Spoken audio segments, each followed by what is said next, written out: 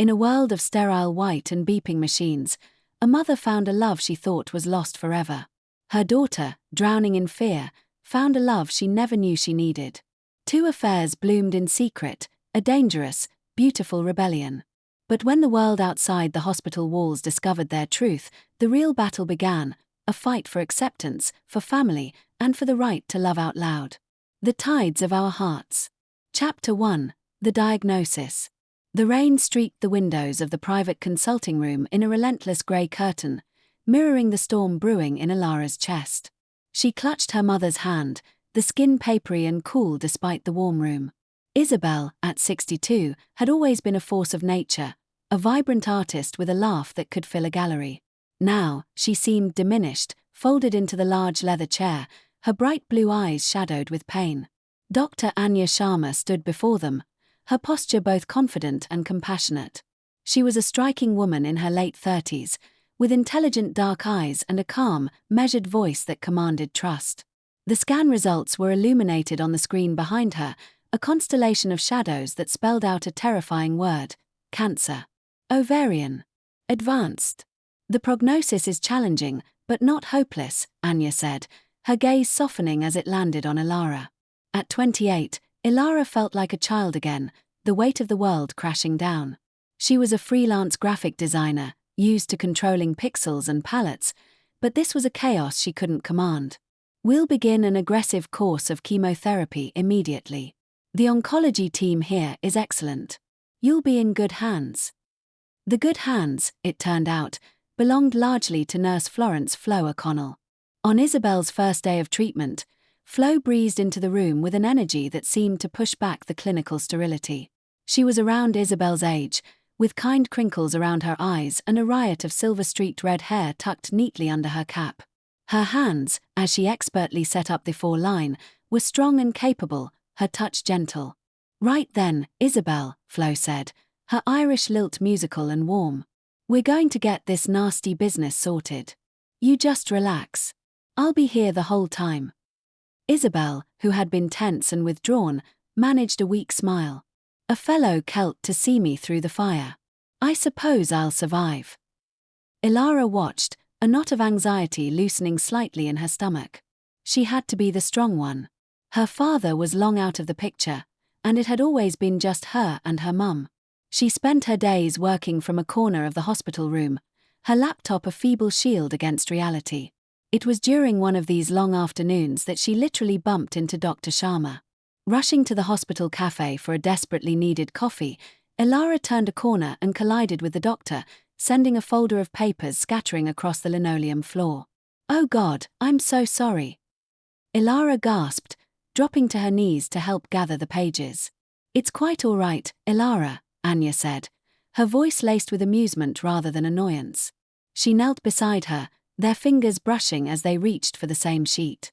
A jolt, subtle but undeniable, passed between them. Ilara looked up, meeting Anya's gaze. For a moment, the busy hospital corridor faded away. "Long day?" Anya asked softly. "Aren't they all?" Ilara replied, her voice barely a whisper. That small moment became a beacon. Anya started making small day tours past Isabel's room, her checks becoming slightly more frequent than strictly necessary. They began to talk, briefly at first, about Isabel's progress, then about books, about art, about the absurdity of hospital coffee. Ilara found herself looking forward to these interactions, to the way Anya's serious face would light up with a smile just for her. Meanwhile, a different kind of connection was blossoming in the chemotherapy suite. Flo's care went beyond the clinical. She brought Isabel special herbal teas, smuggled in contraband biscuits, and, most importantly, she listened. She learned about Isabel's life as an artist, her grief at losing her partner, Ilara's mother Marianne, to breast cancer a decade earlier. Isabel learned about Flo's own story, a 30-year marriage that had ended when her husband couldn't accept her coming out at 50, her 2 adult children who were still struggling to understand. One evening, Ilara arrived later than usual to find the room lit by the soft glow of the sunset. Her mother was asleep, but Flo was sitting by the bed, holding Isabel's hand, humming a quiet, soothing tune. The look on Flo's face wasn't one of professional duty, It was one of profound tenderness. Ilara backed away silently, her heart aching with a strange, hopeful pain. Chapter 2: The Emergence of Love. Weeks turned into months. Isabel's treatment was grueling. There were days of terrible sickness, of despair that felt bottomless. But through it all, the two relationships deepened in the hothouse atmosphere of the hospital. For Ilara and Anya, their first real date was a stolen hour in a park near the hospital. It was a crisp autumn day, and they walked side by side, the tension between them a palpable thing. "I should probably confess something," Anya said, stopping to watch a family of ducks on the pond. "I don't usually make a habit of asking out my patients' daughters." Ilara smiled. "And I don't usually fall for my mum's oncologist. It feels complicated." "Life is complicated," Anya turned to her. "But this," she gestured between them, "this feels simple. It feels right." She leaned in and kissed Ilara. It was gentle at first, a question. Ilara's answer was to deepen the kiss, her hands coming up to cup Anya's face. The world narrowed to the feel of Anya's lips, the scent of her perfume, clean and citrusy, a stark contrast to the hospital antiseptic. It was a kiss full of promise, of a future beyond sickness and fear. That same week, Isabel was having a particularly bad day. The nausea was overwhelming. Flo stayed long after her shift ended, cooling her forehead with a damp cloth. "You don't have to do this, Florence," Isabel whispered, her voice raspy. "I know I don't have to," Flo replied, her hand stroking Isabel's hair. "I want to." Their eyes met, and years of unspoken loneliness passed between them. Flo leaned down and pressed a soft, lingering kiss to Isabel's forehead. It was a chaste gesture, but it carried the weight of a confession. "When I'm with you," Flo whispered, "I feel like I've come home after a very long journey." Tears welled in Isabel's eyes. "I thought that part of my life was over. After Marianne." "It's not over, my love," Flo said, her voice firm with conviction. "It's just a new chapter."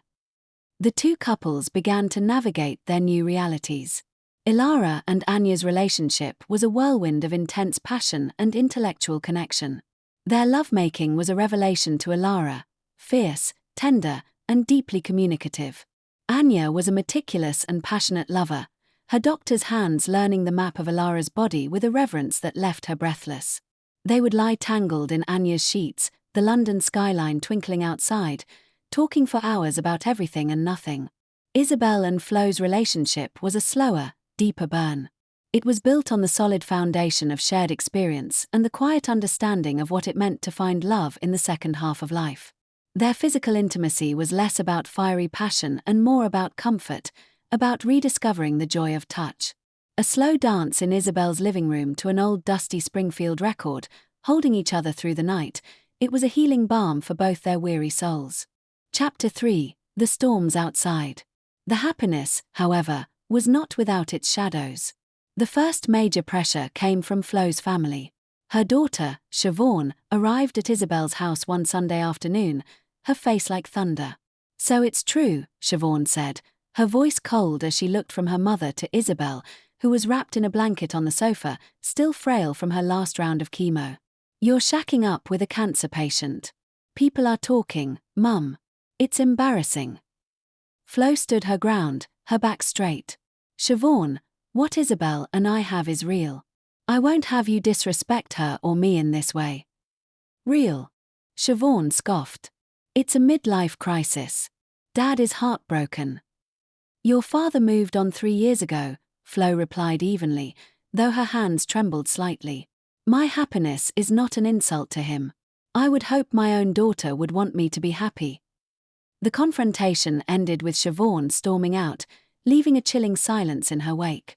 Isabel reached for Flo's hand. "I'm so sorry, my dear." "Don't be," Flo said, squeezing her hand. "This is my battle. Ours now." For Ilara and Anya, the pressure was more professional and societal. At a hospital fundraiser, Anya introduced Ilara as her partner to a group of senior consultants. The reaction was a masterclass in British politeness underpinned by prejudice.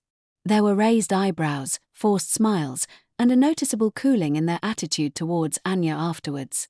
It's the double whammy, I'm afraid, Anya sighed later, swirling the wine in her glass.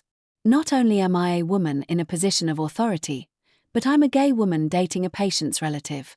They'll call it unprofessional behind my back. Are you ashamed? Ilara asked, her voice small. Anya turned to her, her eyes blazing with sincerity. Never. Not for a second. You are the best thing that has ever happened to me. Let them talk. But the talk had consequences. Anya was passed over for a promotion to head of department, a position she was more than qualified for. The reason given was vague, but the message was clear. The disappointment was a heavy blow, and Ilara felt a surge of guilt, wondering if she was holding Anya back. The most painful moment came when Ilara tentatively broached the subject of their relationship with her own extended family, a conservative aunt and uncle in Yorkshire. Your mother too, her Aunt Patricia had said down the phone, her voice dripping with disapproval. Ilara, it's one thing to have your phases, but both of you, at the same time. It's indecent. What would your mother think? My mother is happy. Ilara shot back, tears of anger springing to her eyes. For the first time in years, she's truly happy. Isn't that what matters? The phone call ended with a strained silence, a chasm of misunderstanding that seemed impossible to bridge. Hanging up, Ilara felt a profound loneliness. Anya found her curled on the sofa, weeping. She didn't offer empty platitudes, she just held her presence a solid, unwavering comfort against the world's cruelty. Chapter 4, The Vows. A year after Isabel's diagnosis, she was in remission. The news was met with tears of joy and a sense of victory hard won. To celebrate life and love, the two couples decided to have a joint commitment ceremony. It wouldn't be a legal marriage for both couples at the time, but it would be a declaration in front of their chosen family. They chose a small, intimate venue in the Cotswolds, a rustic barn filled with wildflowers. Isabel, now with a soft fuzz of hair growing back on her head, looked radiant in a simple lavender dress, her arm linked with Flo's, who wore a smart tweed suit. Ilara was in a flowing cream gown, her hand clasped tightly in Anya's, who looked devastatingly handsome in a tailored navy trouser suit. The officiant was a close friend, and the vows they wrote for each other were raw and heartfelt. Isabel spoke to Flo, her voice strong and clear. Florence, you walked into my life when I was in the deepest winter. You brought the spring. You taught me that love isn't a memory, it's a living, breathing thing. I promise to cherish every season we have left together. Flo's eyes glistened as she replied, Isabel, you are my courage. You made me brave enough to finally be my whole self. I promise to stand by you, to care for you, to laugh with you, for all the days of my life. Then it was Ilara and Anya's turn. Ilara's voice trembled with emotion. Anya, you were my anchor in the storm. You saw me at my most vulnerable and you never looked away. You are my strength, my sanity, and my greatest adventure. I choose you, today and every day. Anya smiled, a tear tracing a path down her cheek.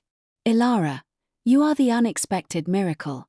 You brought color and chaos into my ordered world, and I have never been more grateful for anything. I vow to protect your spirit, to honor your heart, and to love you with a fierceness that will last a lifetime. As the two couples exchanged rings and kissed, the barn erupted in applause from their small circle of true friends. It was a perfect moment of defiant joy, a testament to the fact that love could indeed conquer all. Chapter 5, The Dream of a Family.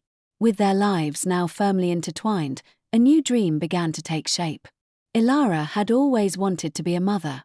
One evening, as they lay in bed, she broached the subject with Anya. I want to have a baby, she whispered into the darkness. With you. Anya was silent for a long moment. I want that too, she said finally, her voice thick with emotion. More than anything. The path to parenthood, however, was a labyrinth of legal, medical, and emotional challenges. They researched their options: known donor, anonymous donor from a sperm bank, co-parenting. Each came with its own complexities. A known donor raised questions about the donor's role in the child's life. An anonymous donor from the UK felt too impersonal, and international banks were exorbitantly expensive. They decided on a Danish sperm bank known for its high standards and detailed donor profiles. The process was clinical and expensive. The forms were endless: medical histories, psychological evaluations, legal agreements. They pored over donor profiles, looking for more than just height and eye color. They looked for a love of music, a sense of humor, a kind of kindness that shone through the dry biographical data. Finally, they chose a donor, a medical student who enjoyed hiking and played the piano. The IUI, intrauterine insemination, procedure itself was quick and unromantic. Ilara went first. Lying on the table, holding Anya's hand, she felt a mix of hope and surreal anxiety. The 2-week wait that followed was agony. When the pregnancy test finally showed 2 pink lines, they wept with joy. Isabel and Flo were over the moon. A grandmother. Oh, I never dared to hope. Isabel cried, hugging them both. Ilara's pregnancy was a time of immense happiness, but it also exposed them to a new layer of societal intrusion. The simple question, "Is the father excited?" from a well-meaning shop assistant could cast a shadow. They developed a repertoire of responses, from the simple, "There is no father," to the more defiant, "We're very excited, both of us mums are." The looks of confusion, pity, or sometimes outright disgust were a constant reminder of their otherness. When Leo was born, a perfect, squalling boy with a shock of dark hair like Anya's, the world seemed to right itself. The love they felt was all-consuming. Anya, the consummate professional, was a comically nervous new mother, checking Leo's breathing every 5 minutes. Ilara bloomed with a fierce, primal maternal instinct. Inspired by their joy, Isabel and Flo, in their late 60s, began to talk about their own legacy. They knew pregnancy wasn't an option, but they explored fostering. After a rigorous assessment process, they welcomed a troubled teenage girl, Chloe, into their home. It was a different kind of parenting, built on patience and healing past wounds, and it filled their house with a new, challenging, but rewarding purpose. Chapter 6: The Tapestry of Life. The story of these 2 couples was not a fairy tale of effortless happiness. It was a tapestry woven with threads of joy and sorrow, prejudice and acceptance, sickness and health. Years later, on a bright summer day, they all gathered in the garden of the house Ilara and Anya now shared. Leo, now a boisterous 5-year-old, was chasing bubbles blown by a 16-year-old Chloe, who had found stability and love with Isabel, and Flo. Anya was manning the barbecue, laughing at something Flo was saying. Isabel, her cancer a distant memory, sat with Ilara, their hands linked. Ilara looked around at her family, a family that defied convention, built not just on biology but on choice, on resilience, on an unbreakable bond of love. They had faced the world's scorn and their own fears, and they had emerged stronger. "Mum," Ilara said softly, leaning her head on Isabel's shoulder. "We did all right, didn't we?" Isabel smiled, her artist's eyes taking in the scene, the love, the laughter, the beautiful, messy, perfect life they had created together. "My darling girl," she replied, her voice full of a peace earned through struggle. "We did more than all right. We lived." The sun dipped lower, painting the sky in hues of orange and pink, a masterpiece to rival any of Isabel's. And in that golden light, 2 generations of lesbian love stood as a quiet, powerful testament to the fact that the heart, in all its forms, will always find a way to build its home. Epilogue: The tapestry woven. 10 years later. The garden was a riot of late summer color, a testament to Isabel's enduring passion and Flo's diligent care. The air hummed with the sound of laughter and the sizzle of burgers on the grill. It was Leo's 10th birthday party, and the house and garden were filled with a vibrant, chaotic mix of people that represented the family's hard-won world. Leo, with Anya's dark, intelligent eyes and Ilara's easy smile, was proudly showing his birthday telescope to a captivated audience. His half-sister, 5-year-old Ruby, who was the spitting image of Ilara, and Chloe, now a confident young woman of 26, who had become a constant and beloved part of their lives. Anya, having traded the high-pressure hospital environment for a leading role in medical research, stood at the barbecue with a relaxed smile. She chatted easily with Flo's son, Liam, who, after years of strained silence, had finally reached out, unable to deny the genuine happiness he saw in his mother's life.